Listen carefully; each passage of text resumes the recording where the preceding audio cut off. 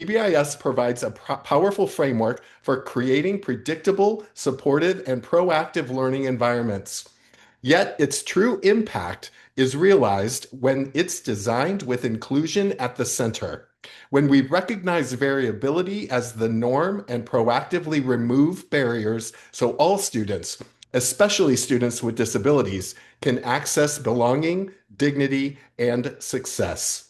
Today's session will explore the core features and purpose of PBIS, examine why PBIS is essential for students with disabilities, and introduce the rationale for applying universal design for learning to PBIS. When PBIS is designed through a UDL lens, it becomes more than a system of supports. It becomes a foundation for building environments where every learner is anticipated, valued, and positioned to thrive. My name is Kevin Schaefer, the Director of Supporting Innovative Practices, and I'm honored to be joined by our partners from Open Access and California PBIS, along with our SIP program specialists who are here to support your learning. Before we begin, a few quick logistics. This session is being recorded and will be available on our SIP YouTube channel soon after the event. A link will also be added to the home base document. A certificate of completion will be shared at the end of each event and will be also available for our home base document. ASL interpretation is available and will be spotlighted alongside the presenter. Closed captioning is also available using the CC button at the bottom of your screen. We invite you to engage throughout the session using the chat to share reflections, connections, and insights. We will also reserve time for questions at the end, which you may enter using the Q&A feature. As we begin, we invite you to reflect on this question. How might the way we design our behavioral systems either expand or limit access, participation, and belonging for our most vulnerable learners? Inclusive PBIS is not about adding more, it's about designing from the start with every learner in mind. And with that, I'm pleased to introduce our presenters who will guide us in exploring how PBIS and UDL work together to build systems that support every learner. I'll now turn it over to Luke Anderson, Patty Shetter, and Emily Desjardins. Luke? Thank you, Kevin. Thank you, too, for grounding our webinar today in our series. My name is Luke Anderson. I am the Executive Director for Prevention Supports and Services, and I also coordinate California PBIS. And I'm joined by my colleagues, and I will let them both introduce themselves. So I'll hand it to Patty. Hi, everyone. I'm Patty Shetter. I'm a board certified behavior analyst and program coordinator with the Placer County Office of Education. Very happy to be here. Hi, everyone. I'm Emily Desjardins. I'm one of the UDL AT content leads on the Open Access project, and I'm also so excited to be here. All right, thank you. And as Kevin mentioned, this webinar series is a collaborative effort between California PBIS, Open Access, and Supporting Innovative Practices. And I think that one of the things that we hope that you get out of this time is a real grounding on how these projects intersect here. All right, so it is one of a series. So today, obviously, February 26th, we're gonna do some grounding today. We're gonna talk about why inclusive PBIS matters, set the foundation, if you will, and talk about how these foundations can support every learner.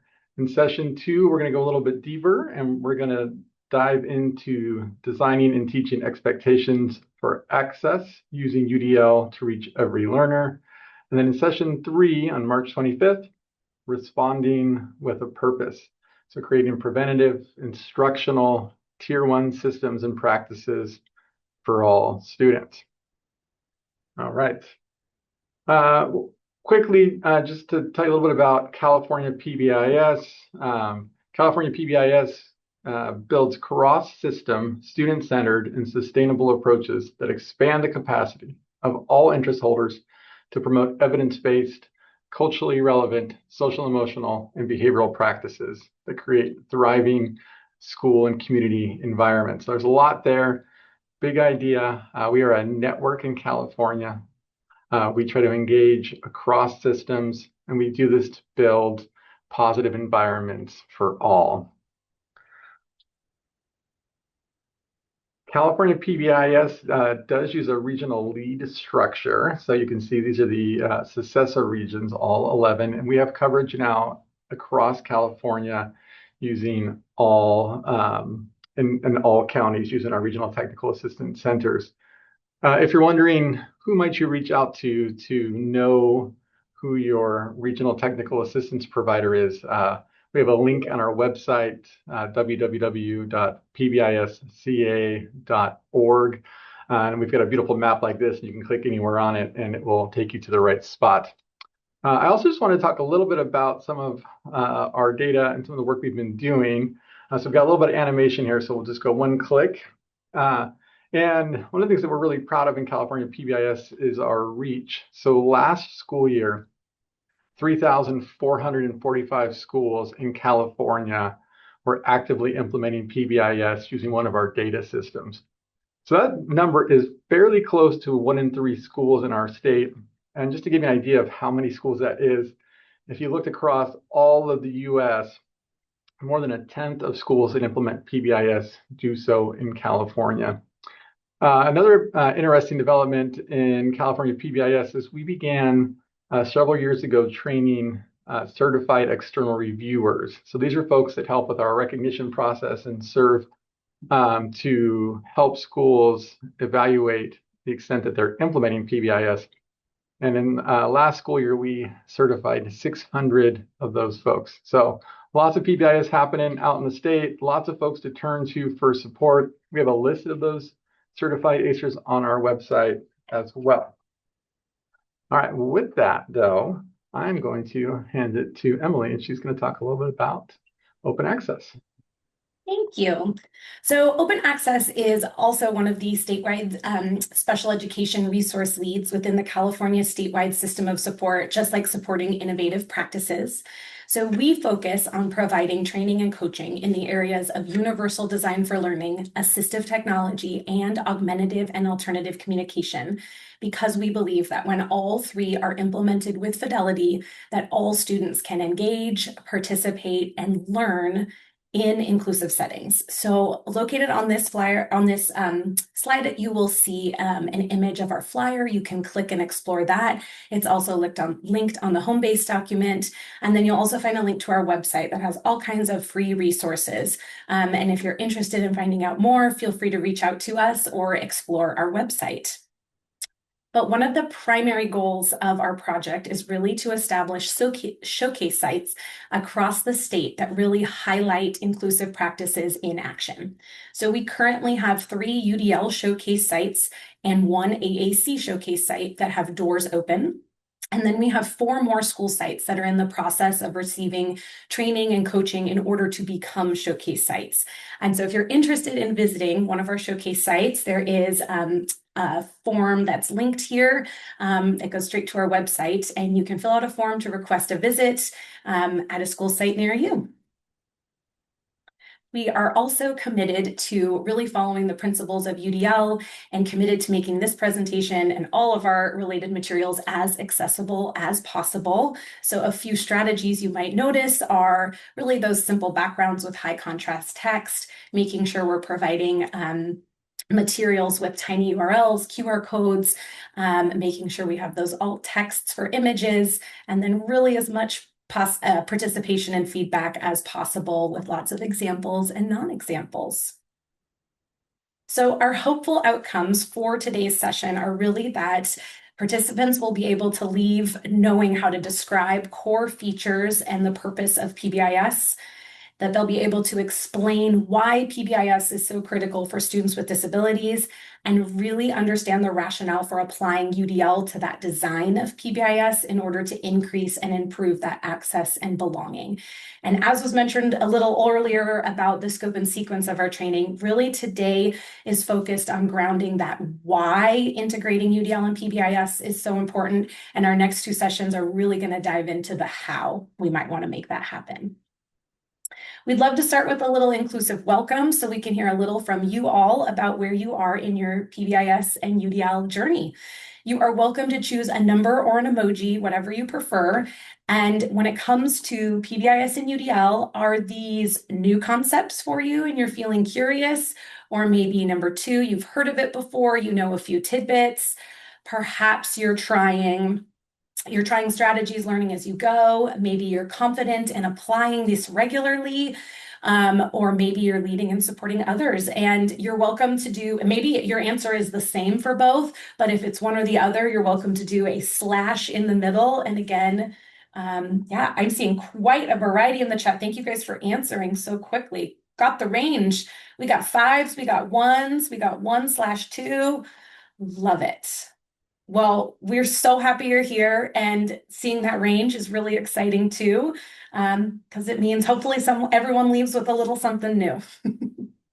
Great. And I'm going to go ahead and pass it to Patty. We're going to dive in.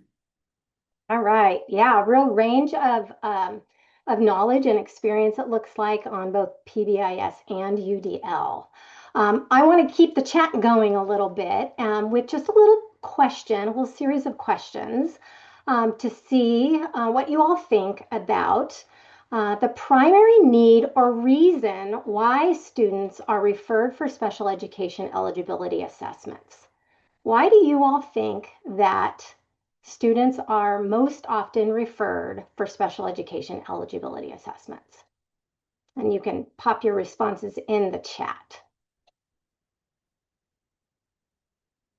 All right, I'm seeing some folks saying that academic, and I'm seeing lots of people saying behavior. All right, next question.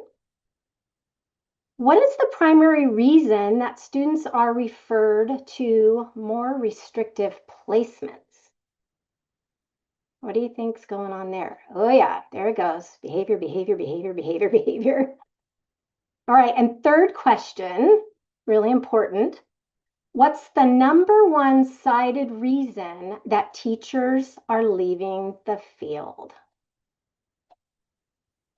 Seeing burnout and behavior. Yep, so all three of these have one very important thing in common, and that is that behavior is often the reason why students are referred for special education, sent to more restrictive placements, and it's a reason why teachers leave the field because they don't feel confident and comfortable with how to support students who have some of those more challenging behaviors. Go ahead, Emily. So that paints the picture of why we need PBIS, especially for students with disability. And we know that students with disabilities are twice as likely to be suspended, expelled, and referred to law enforcement or subjected to things like school-related arrests. And they're more than 5 times as likely to be subjected to restraint or seclusion in school. And that statistic down at the bottom, 94% of all restraint and seclusions that were reported in California in 22-23 were students with disabilities. So they're at really, really high risk of being exposed to some of these ineffective and quite frankly, harmful responses. So positive behavior supports can really help with this. So overview of PBIS. I know that we have a range of expertise here in the audience.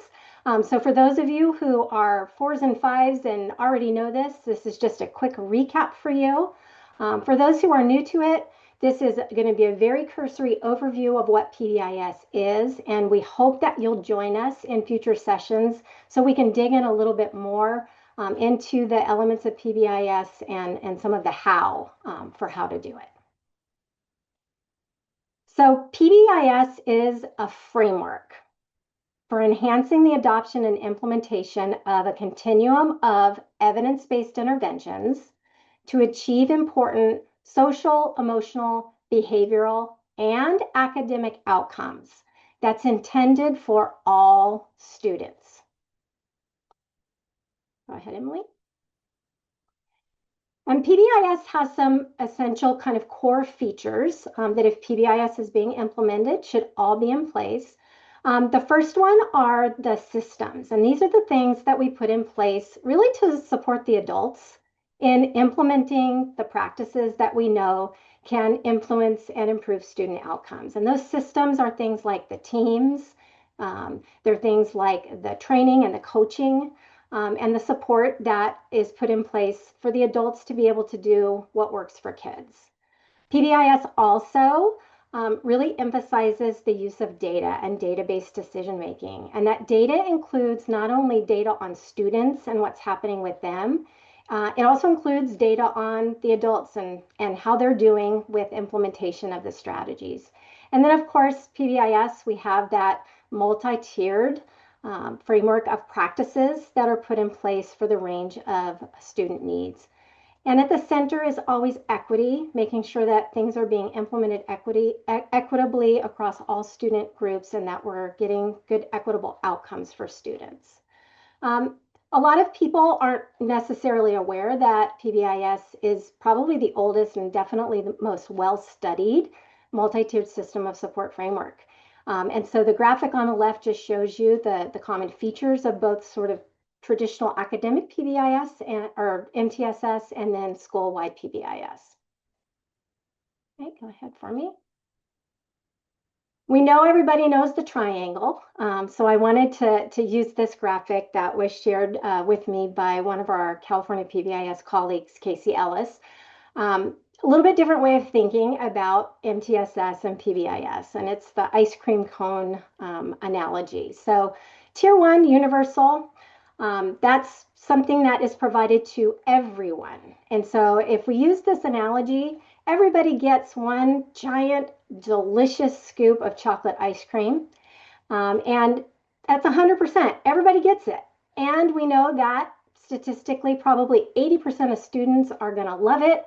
It's going to work for them. It's going to be effective. But there are going to be some students, about 15%, who may need something more. And that something more might be an extra dose, might be an extra scoop of what was already happening at Tier 1 to be able to help them to be able to acquire the skills and do the things that and access the things that are working for most students. So that's that second scoop of chocolate ice cream. It's not different. It's just more of that Tier 1 good stuff. There also, though, might be some kids who it isn't just something more. They might need a little bit different flavor tweak in order for the learning of the Tier 1 skills or the Tier 1 strategies to really be meaningful. And those can both be Tier 2 supplemental resources and supports.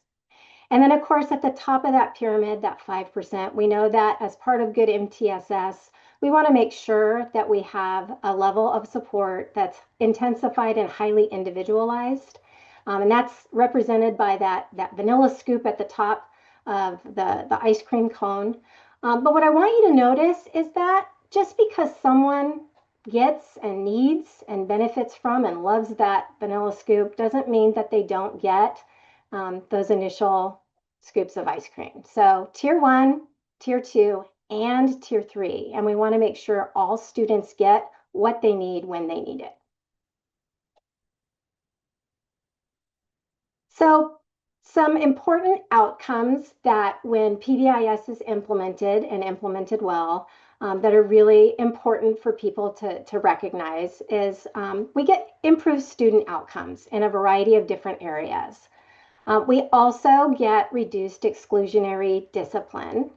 And really importantly, we see improved teacher outcomes, things like teacher efficacy, teacher-student relationships, and student engagement in instructional time, and improved feelings of safety and improved climate in schools. And this is what keeps teachers in the field.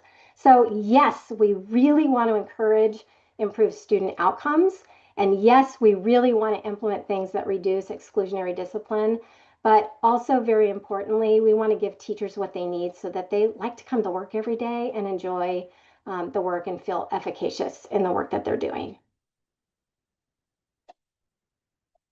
So we're going to focus in this training series on Tier 1, that universal level, and how to think about designing it in a way that makes it most accessible. So we're going to focus on these core universal Tier 1 PBIS practices and features.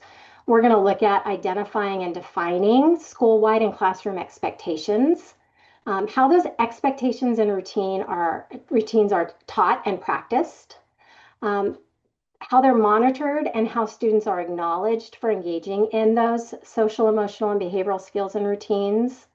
We're going to look at how responses to both appropriate expected behavior as well as some of those contextually inappropriate behaviors are mapped out within a PBIS framework. And then we're going to look at data-informed decisions.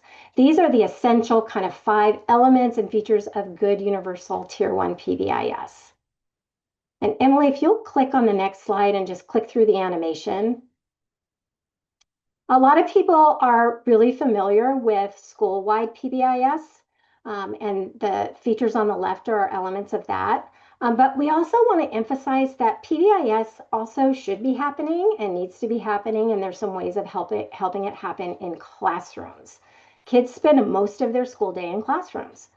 So aligning expectations in the classroom with the school-wide expectations and building those positive relationships, providing those acknowledgments, all of those really important core Tier 1 features are also implemented within the context of the classroom. Okay. All right, over to Emily, overview of UDL. I'm up. So like Patty said, this is going to be a short and sweet overview for anyone that isn't familiar with UDL and you're interested in more information. We've got some resources for you on the home base document. And for those of you who are familiar with UDL, just a quick overview. So what UDL is not is, it is, again, not a curriculum. It's not a program. It's not a checklist. It's not another thing to do, kind of similar to PBIS. But UDL is a teaching framework that's based in the learning sciences. It guides the development of flexible methods, materials, and environments, and embraces learner variability, minimizes barriers, and develops learner agency for all. And I know this is a very dense definition, but another way to say this is really that UDL is a framework that's really based around the neuroscience of how humans learn best. So it's based on this understanding and research that all humans actually learn quite differently. Variability is the norm. There's really no such thing as an average learner at all. And so in order to implement UDL in your classroom or your environment, you would first start to consider the learner variability in your classroom. Who's in your room, right? Then knowing your students and their range of variability is a really key component to UDL. And then knowing that all your students are variable, educators can really proactively start to remove barriers that learners might be facing in the classroom. And as everybody knows, every class is different, every dynamic is different, all this variability, it exists within ourselves and then in between each other as well. So that variability, we see that across school sites all the time. But the neuroscience behind UDL really tells us that in order for any and all humans to learn anything at all, we have to be engaged, we have to be able to perceive, and we have to be able to show our understanding. And so knowing that we all learn differently, that might be a little intimidating, but the UDL guidelines really are organized to provide specific strategies to create opportunities for all learners in your classroom to experience multiple ways to engage, perceive, and show their understanding. So if you are interested at all in exploring these concepts and ideas within UDL, Open Access provides a free virtual training 3 times a year. It's a 2-day training called UDL Immersion, and we dive into planning and implementation strategies. So I've linked the events tab of our website on the home base document. Feel free to check it out and register for an upcoming training. But the ultimate purpose of UDL is really to create learner agency for all students, which is purposeful and reflective. It is resourceful and authentic and strategic and action-oriented. And so in order to really merge PBIS and UDL, we have to focus on reducing or eliminating barriers to access and participation by considering all of our learners. So I'm going to pass it to Patty to talk a little bit more about PBIS and students with disabilities. All right, thanks, Emily. So why are we holding a series of webinars on PBIS and students with disabilities? Why are we emphasizing the students with disabilities element of this multi-tiered system? Go ahead to the next slide for me. One reason is that we know, with the emphasis and the focus on equity outcomes of PBIS, that students with disabilities do gain tremendous benefit. This slide represents from a research article published in 2017, some of the PBIS equity outcomes. And yes, when PBIS is implemented, we see all kinds of improvements with a variety of student groups. But I want to point your attention to that bottom bolded bullet. A student with a disability is 69% less likely to be referred to an alternative, more restrictive setting for disciplinary reasons when they're participating and attending a school that's implementing PBIS. So, excuse me, huge implications as far as least restrictive environment and staying in their home schools and being with their peers and having that sense of belonging and inclusion. Next slide. We also have research showing lots of other very specific improved outcomes for students with disabilities across a range of different needs and characteristics.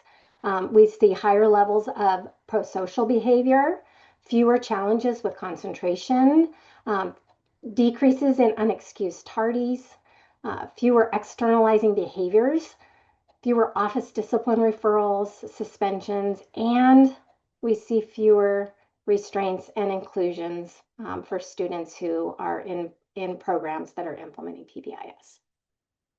So this really does reduce their exposure to some of those things that we know can cause harm. However, even with all of the years of research and data showing that PBIS improves outcomes for students with disabilities, the research also tells us that students with disabilities are often not included in PBIS implementation. Even on school sites that are implementing, sometimes if there's a specialized program, the PBIS isn't translating into access in those specialized programs. So we would love to make a little Mentimeter poll word cloud about why is it that you think students with disabilities are typically excluded from PBIS. You can access the link in our slide deck, but it's also going to be dropped in the chat. If you have your cell phones, you're welcome to use your QR code. But you can go ahead and add to our word cloud. If you've never used Mentimeter before, it's going to ask you, it's going to provide the question, and then it's going to ask you to add either a word or a phrase. And I'll go ahead and open it up in a minute once everybody's gotten there, able to add it. Oh, people are starting. I love it.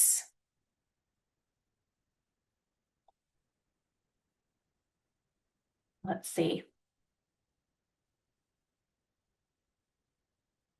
Ooh. Being a lot of lack of understanding, behavior. I love this.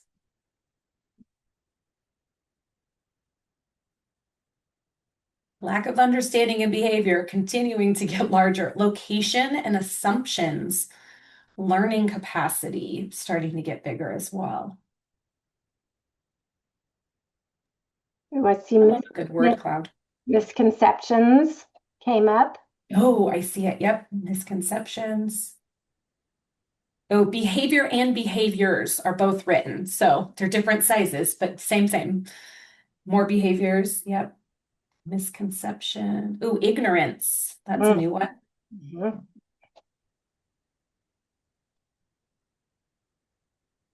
Counted out. And I'm assuming when people are putting in the word behavior or behaviors, maybe they're thinking that like the behaviors of our students with disabilities maybe are not able to be met. The supports aren't able to be met within a PBIS infrastructure, or that their behaviors are more significant and therefore PBIS maybe doesn't apply to them. I hear that one a lot. Yeah. Oh, I see fear popping up. A good one. In the chat, someone wrote different expectations. That's a good one. Ignorance for sure.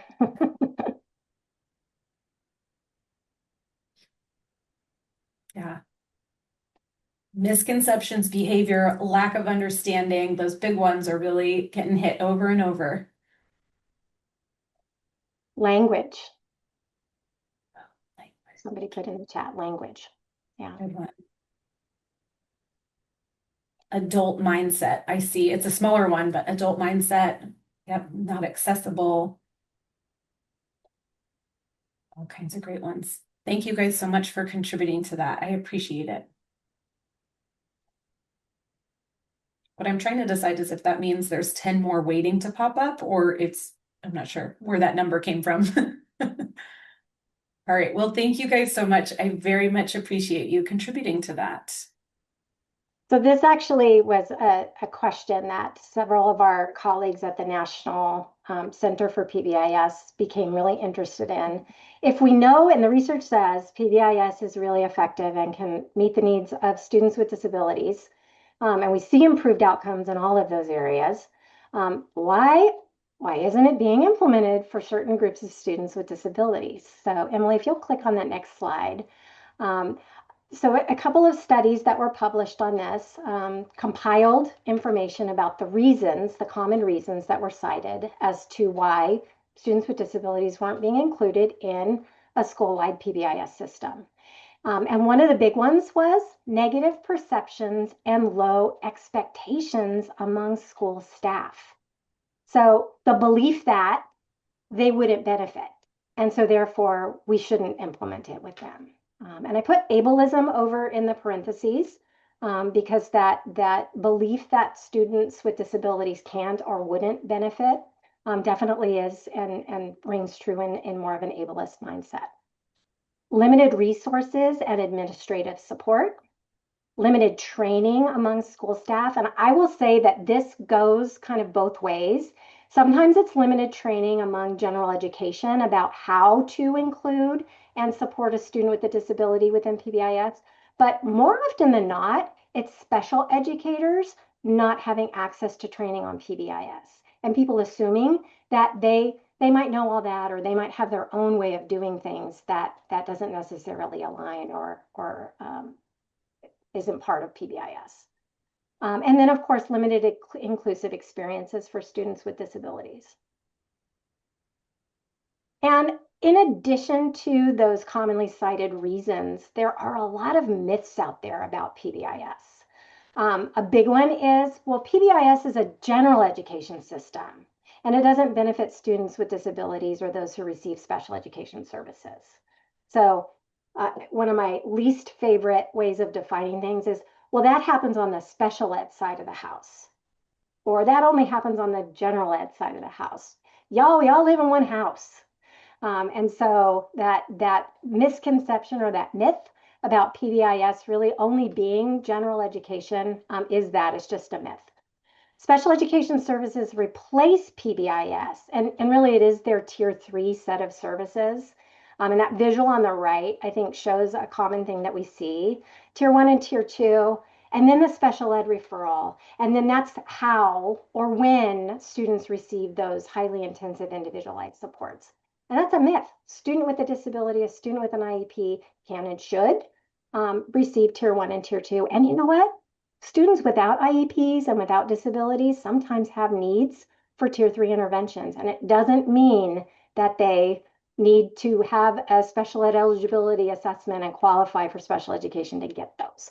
That's a myth. PBIS cannot or should not be implemented in alternative settings. Another myth.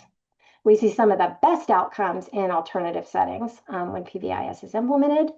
And then another myth that we can just dispel right here and now, students with disabilities should not be included in PBIS data systems because it's going to skew the data. Oof. They actually need to be included to really reveal what's happening on a school site and how to provide and get access to additional interventions as needed.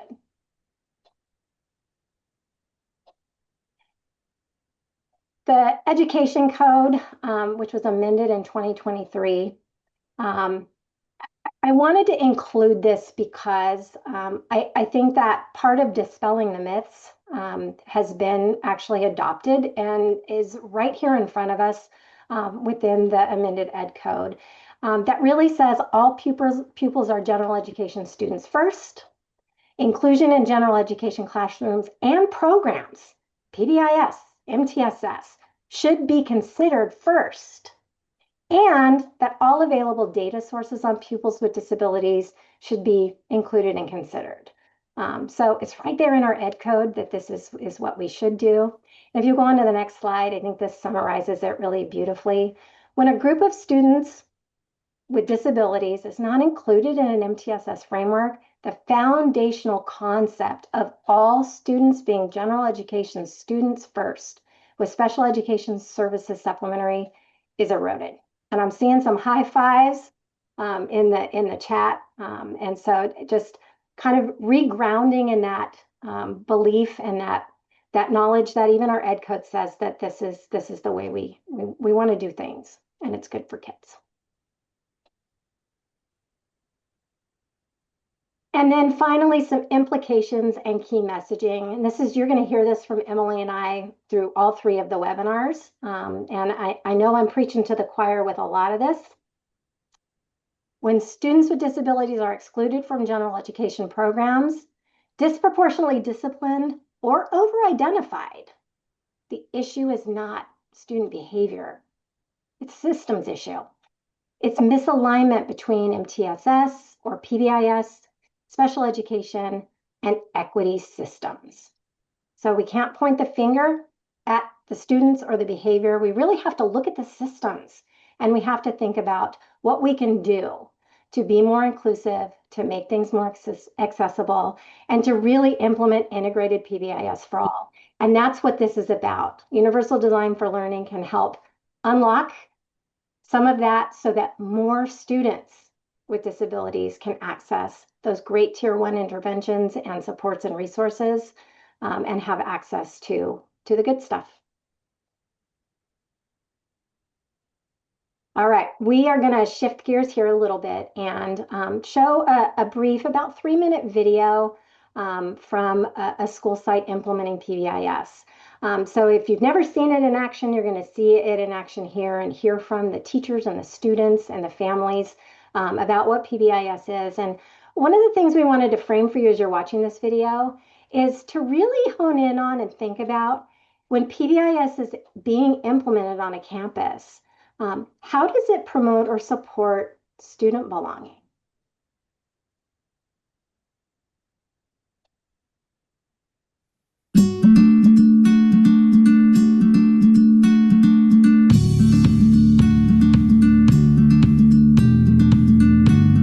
In order to teach them about being responsible, respectful, and safe, we've shown some videos, we've done role playing, and we incorporate it into our Sanford Harmony lessons when we can. Last summer, when we decided as a school to revamp our PBIS process, the preschool team really wanted to be a part of that so that we could make sure that our students were included and began that foundation of PBIS, whether they continue at Mariposa or go on to another school. Also, it's important that we're just part of the school and we do the same things that they do, and our children are part of the community and understand what our school culture is. I've learned to do something kind for others and just care less about myself and more about other people. It made Recess a better school because now a lot of kids are more kind now and they have humor, they talk with each other, and they make new friends.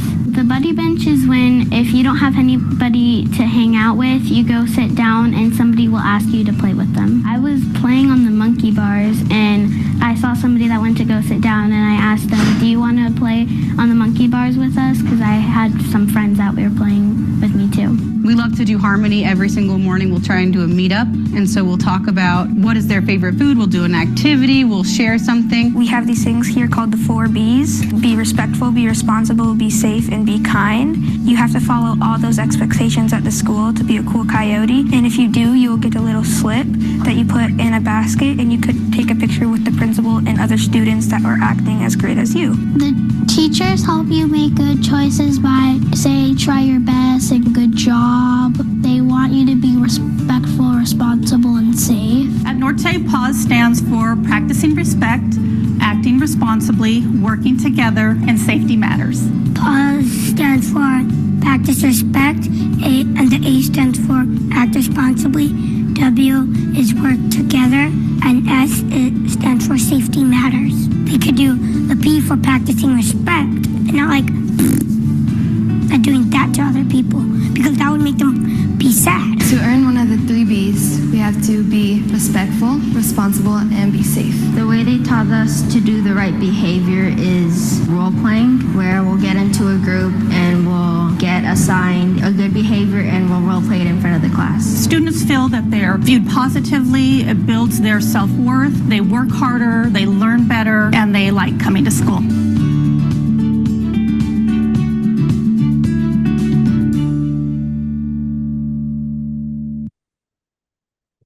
So we would absolutely love to hear from you guys and also give you a minute to reflect first. What maybe did you notice when it came to belonging in this video? So what evidence did you notice that PBIS practices in this video have really fostered that belonging for students? Where did you see belonging really being intentionally designed? And then maybe what else did you wonder or notice? Oh, the bench. Everybody's loving the buddy bench. I love that. I want to be a cool coyote. Buddy bench. Love it. 3 B's.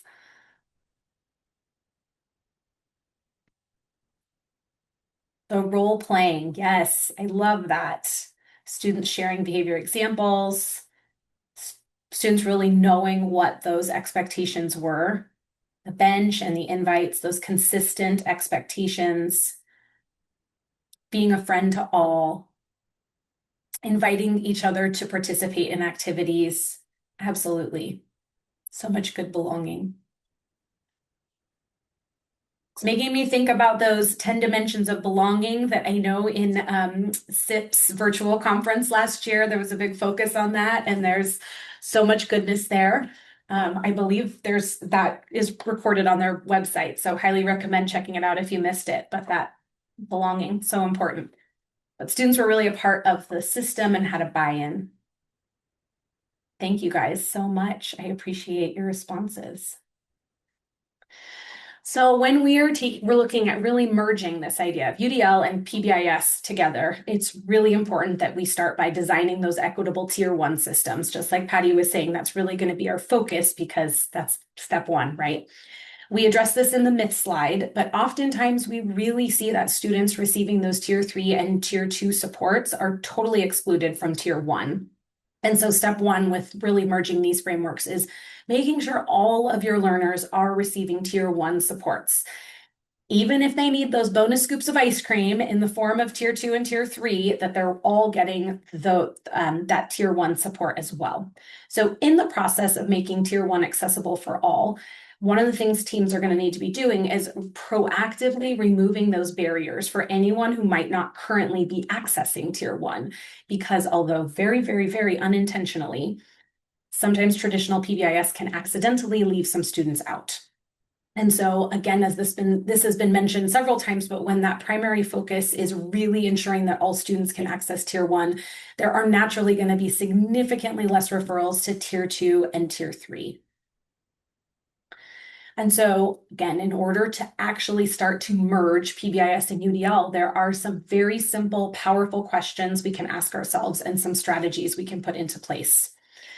So UDL research, again, tells us that all of our learners all of us as humans, we need to be able to engage, perceive, and demonstrate understanding if we're going to really learn. So if our goal is really to make sure that every student knows and can follow expectations on campus, we need to be asking ourselves, are all of our learners engaging with these expectations? Are all of these learners able to perceive these expectations? And can they demonstrate they understand these expectations? And so if the answer is no, our next step is really to start thinking about what is the barrier that's preventing them from either engaging, perceiving, or demonstrating understanding. And then how can I proactively remove that barrier from anyone experiencing it? And this is a friendly reminder that some students show us that the barriers are occurring more than others, but even though some might not demonstrate, the barriers are occurring for them more than just our students that are really, demonstrating that contextually inappropriate behavior, they're the ones that we see and we're like, oh, barriers, barriers. But many more students are also experiencing barriers that we might actually not be seeing. And so the more we can remove barriers for all, the more we're really going to benefit all learners. So again, by applying that UDL lens to PBIS, we can really make those expectations accessible, predictable, and achievable for every student, which really ends up strengthening that whole school culture. So we're going to show you one example of what might a barrier be when it comes to our PBIS expectations. So an example of barrier to representation might be that a barrier for a learner being able to perceive. So again, that representation is just that, again, that ability to perceive and understand, right? So a barrier might be expectations are posted in English, text-only format. So some of your students, they might not yet be able to decode written text. They might speak another primary language. They might miss visual information in really busy places. And some simple strategies to remove that barrier are to pair the text with a visual icon, or maybe a photo of students modeling behavior, like in this picture right here. Having some posted translation expectations, maybe even having short video models and audio recordings with some QR codes. There's such a range of strategies to use, but they're all going to directly connect to the variability of your students and really removing those barriers for your specific group of students. And there might be a barrier one year that hasn't existed for 3 or 4 years, and you're like, well, new barrier to remove, and that's okay because we're proactively and intentionally thinking about the variability of our learners and then thinking about how we're going to remove those. So another thing that I think often happens is sometimes when we remove a barrier for things like a student being able to perceive, we also increase engagement. This is a perfect example. You know, this picture is a great visual representation, but if I'm a student and I get to pose for this picture and I see myself in the hallway, I'm like, check this out. That engagement is really being increased as well. So oftentimes when we remove a barrier for one reason, it can naturally increase engagement, and the ripple effect of all of this can be quite huge. So we are really going to be diving into more specific strategies on how we can ensure that all students are included within Tier 1 of your PBIS systems in the next 2 sessions.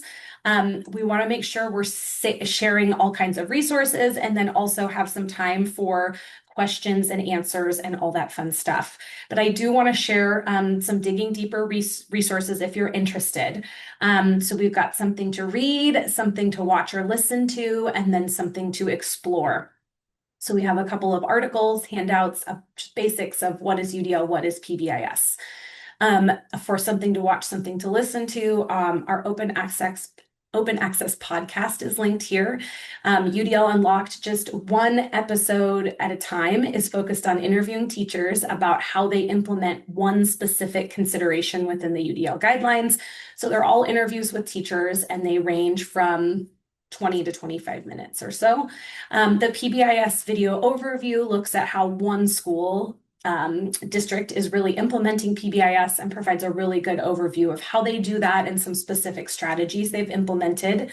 And then a couple of things to explore as well. Our open access interactive UDL companion takes a look at specific UDL considerations and provides something to read, something to watch for each consideration about what that might look like in the classroom. And then for PBIS, we have some positive, proactive approaches to supporting students with disabilities, and there's all kinds of great resources there to click around and play around with. So we're going to transition to some questions and make sure we have time to hear what the burning questions are.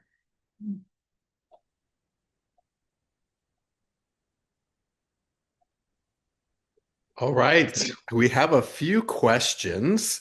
Let me get to the Q&A. One of the questions that was asked is, what happens when an IEP behavior plan conflicts with school-wide PBIS systems? Ooh, great question. So, it happens more than you probably think. In fact, a lot of students who have a behavior plan that is part of their IEP, it may have been written on specific behaviors and specific skills for that student, but not really connected or linked with the school-wide expectations. And so one of the things that we want to encourage people to think about is the school-wide expectations oftentimes do really relate to the alternative behaviors and the skills that we want students who have some of those more intensive and or contextually inappropriate behaviors. We can translate that. And I'll give you a great example.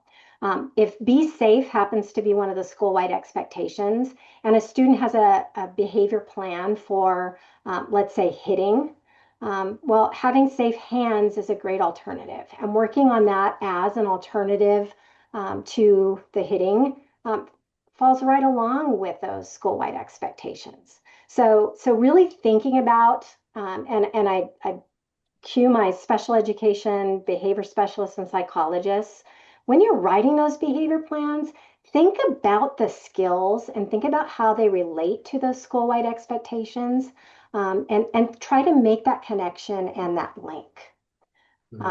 And that way there isn't this perceived conflict between what's happening school-wide and what's going on within that student's written behavior plan. They really can marry one another and be more harmonious for everyone.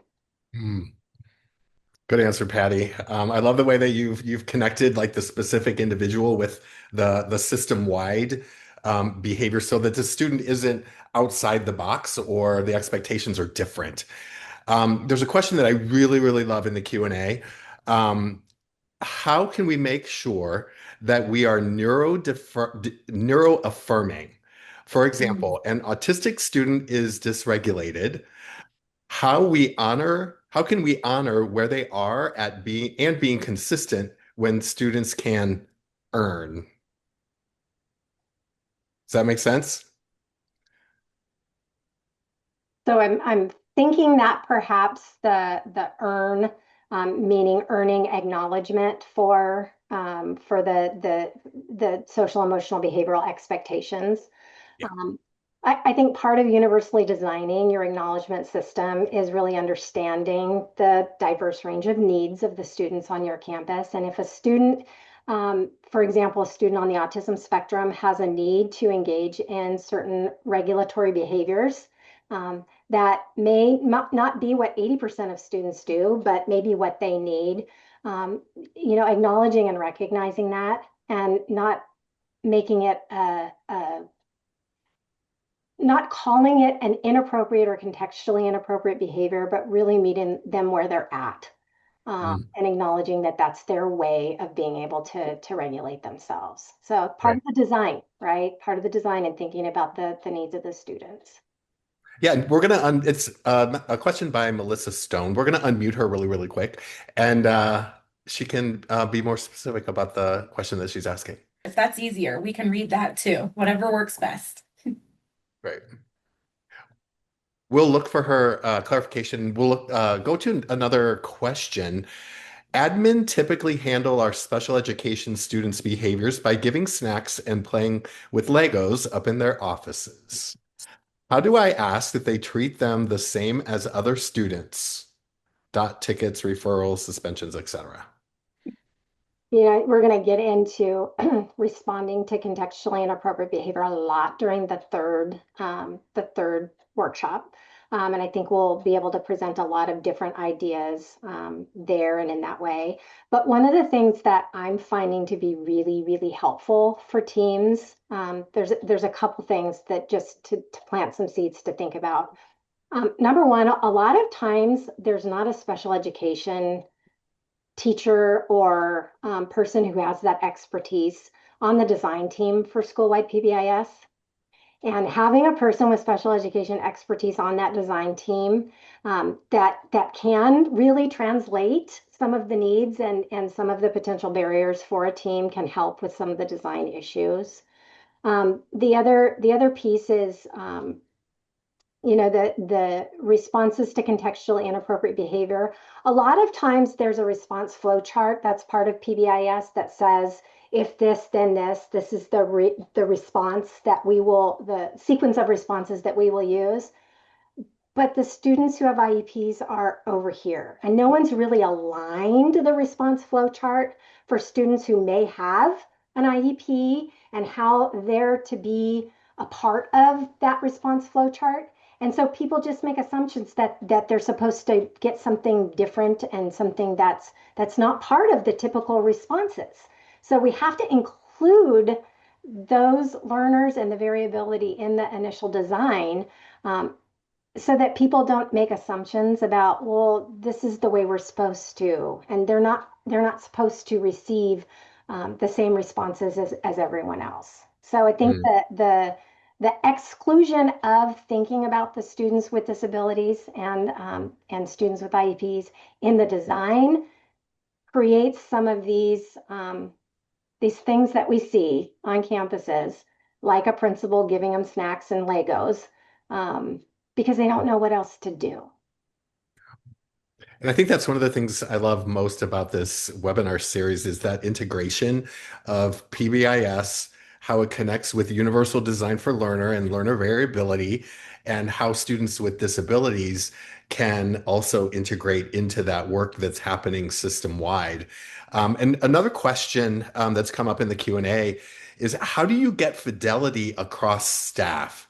How do you get people who have open minds about accessibility? And maybe this is a UDL question, that building the capacity and the fidelity of everyone in the staff, so it's not a matter of pockets of excellence, but calibrated across the entire system, whether it's a school site, a classroom, a district. What would that look like? Maybe Emily and Patty can give your perspective on that. I'm noticing that all of these questions, I feel like everything kind of connects back to this concept of, very often across school sites, we are reacting to things very just immediately, right? We have to solve problems. We have to make a solution in the moment, and everybody's doing the best they can, right? But I think something that PBIS and UDL really, really ask school sites to do is take a step back and proactively think about, what do we know? We know what the barriers are, or we know what the behaviors, the contextually inappropriate behaviors are that we see all the time. We know our students very, very well. And sometimes I think just taking a step back and really thinking about, what are the things that are happening and how can we help remove those barriers and actually create a really solid plan? And I think PBIS does a wonderful job of doing that, and that's part of UDL as well. But creating that fidelity among staff, I'm sure Patty can talk about some ways to create some buy-in when it comes to PBIS. I know for UDL, a lot of it is really pointing out the things that are already happening in classrooms that are increasing engagement, increasing abilities for students to perceive, and increasing ways for our students to show understanding. And there's so much great stuff happening. And I think sometimes when we highlight the things that teachers are already doing and then provide some time and energy to really think about, how can we apply this strategy that works really, really well here to this other situation where things aren't going so well, if that makes sense. But Patty, I don't know if you want to talk about that fidelity piece for PBIS as well. Yeah. So I always like to think about barriers in three big buckets. And what is going on that's preventing the staff from utilizing or implementing a particular approach. Sometimes it's capability, right? They don't yet know how. So we might do some training and some coaching for them to learn how to do the strategies. And those are necessary systems and components of PBIS. Sometimes it's an opportunity issue. Maybe they don't yet have the resources that they need, and we need to invest some in providing opportunities for it to happen. But the hard one to change is motivation. And people a lot of times say, well, they just aren't motivated. They just, they're not bought in. And so therefore they're not going to do it. But actually motivation is changeable. And one of the best implementation strategies to change someone's mindset is for them to see it. for them to actually see it happening. And this is one of the things I love so much about the work that SIP does and open access, and PBIS for that matter, is having demonstration sites where people can actually see it in action and hear from the students and the teachers themselves about the changes that it's made. Because seeing is believing. And, you know, you're not going to convince someone who has a fixed mindset just by telling them. They're going to have to see it and then also experience it. And so a lot of the work that we're doing in this particular body of work and project is helping to go in and support teams in actually making some of those needed changes and then seeing the changes, seeing it actually affect the students. Well, Patty, You said something that planted, oh, sorry. No, go ahead, Emily. You said something that planted another seed in my head, and that is, you know, sometimes if staff motivation might feel like the barrier, if we could use the guidelines to really think about how are we engaging our staff? Does the staff have a clear goal and understanding of what our purpose with PBIS is and UDL? Do they have some choice in how they're implementing it? Do they feel a part of the community of teachers and staff? And, you know, I know we didn't go into huge detail about the guidelines, but the specific considerations underneath the engagement guidelines really provide some great strategies for how we can increase interest and excitement around anything, right? And, you know, my favorite one, nurture, joy, and play. Are we making this fun and exciting and really creating a reason for PBIS and UDL, right? So sorry, we planted that seed. No, and Patty, thank you for the plug around showcase sites and demonstration sites. The data that we've have collected around the demonstration sites has been very impactful and positive, that when we create a community of practice of individuals who are doing the same work, it's just increasing the level of inclusion, true inclusion, that students experience. And Emily, do you mind if I just kind of ask you to answer a question? I know you have Yes. a little bit of passion and expertise around assistive technology, which is a big part of the work that Open Access does. And we're making connections around behavior, universal design for learning, access framework. And then could you just kind of bring in that assistive technology and how it relates to UDL and how it also impacts student behavior? Absolutely. And, you know, I think when people think assistive technology, they often think super high tech right out the gate. But any tool that you are using to support access and increase a human's ability to do something can be assistive technology. A pencil grip can be assistive technology. But, you know, there's so much great connection to UDL and AT because, you know, how are we thinking about the tools and supports that we're providing students in order to access tier 1 instruction, tier 1 supports? And I think the more that we can make sure that we're making sure we pair specific tools and supports to increase that access for our students, the more doors are going to open. So I hope that connection makes sense. And I'll make one more really important connection just from a completely behavioral lens that, you know, students are going to communicate a need one way or another.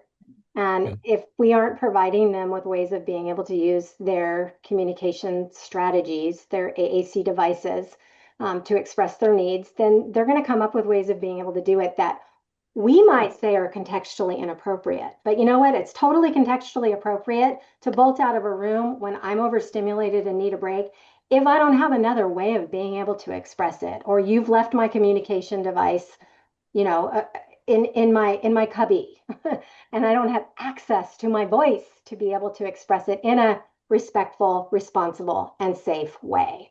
So I think that the tie-in is 1,000% there. Well, I think going along with that theme around like high tech, low tech, no tech, we have a question because we have a number of participants online from small or rural districts. How might they implement this without a large support team or materials or resources? And implement this as in UDL PBIS tier 1. Is that what we're? Yeah. It's a good question. I mean, I would say this. I think we can go into more specifics about how we address that in our next session and kind of talk about how can we address this with minimal resources, with minimal access, because I think we'll be able to show some more specifics. It's hard to create a general answer for that. You know what I mean? I will say though, I've seen some of the best implementation and most inclusive implementation of PBIS at some of our smaller and more rural school sites. And I can think of one example right now. My friends up the hill, call them out a little bit, Alta Dutch Flat. Yeah, they have figured it out. And in some ways, it's a lot easier for them because basically every teacher at that school site is on their PBIS team. Everyone is included, everyone is involved, everyone knows all the students. It's easy for them to identify the barriers. They have a special educator that helped to design their PBIS posters. They're accessible, and they've figured it out as a team and are supporting some students that have pretty extensive support needs within their PBIS systems and structure. So, you know, small but mighty. And I think a lot of times the advantage is that, you know, they know the students really well and can design those systems in a way that really makes sense for all of their learners. Yeah, really good point that all of the teachers in a small rural school might be on that PBIS team or implementing UDL, which creates more fidelity and capacity across each classroom. And we have time for about one more broad question that could be applied to UDL or PBIS. And I've heard it many, many times. What do you say to teachers or administrators who feel that PBIS or UDL already take way too much time? What do you say? It's a great question. Or how would you respond?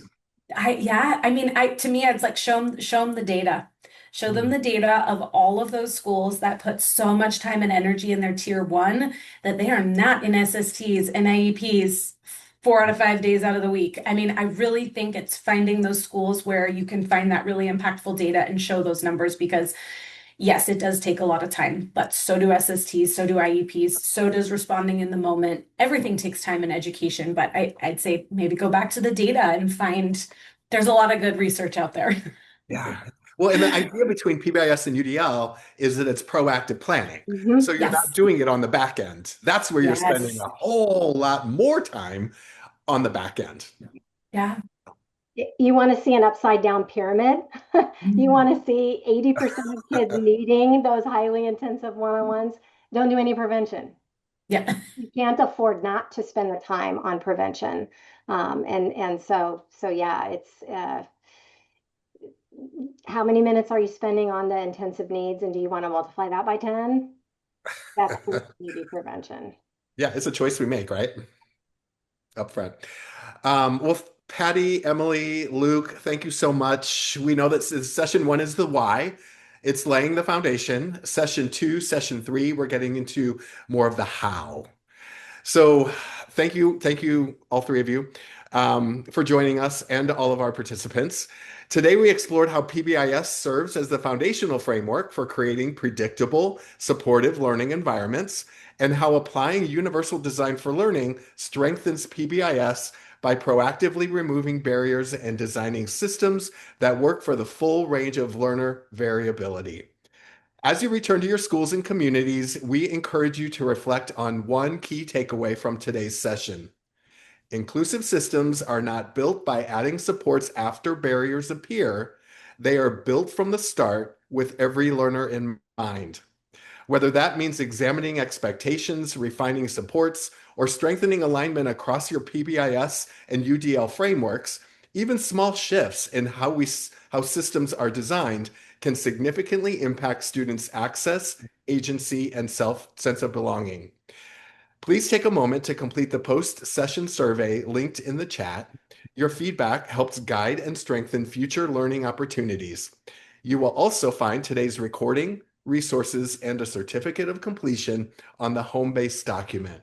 On behalf of the Supporting Innovative Practices, Open Access, and California PBIS projects, thank you for your partnership and your commitment to building systems that honor the dignity, potential, and belonging of every learner.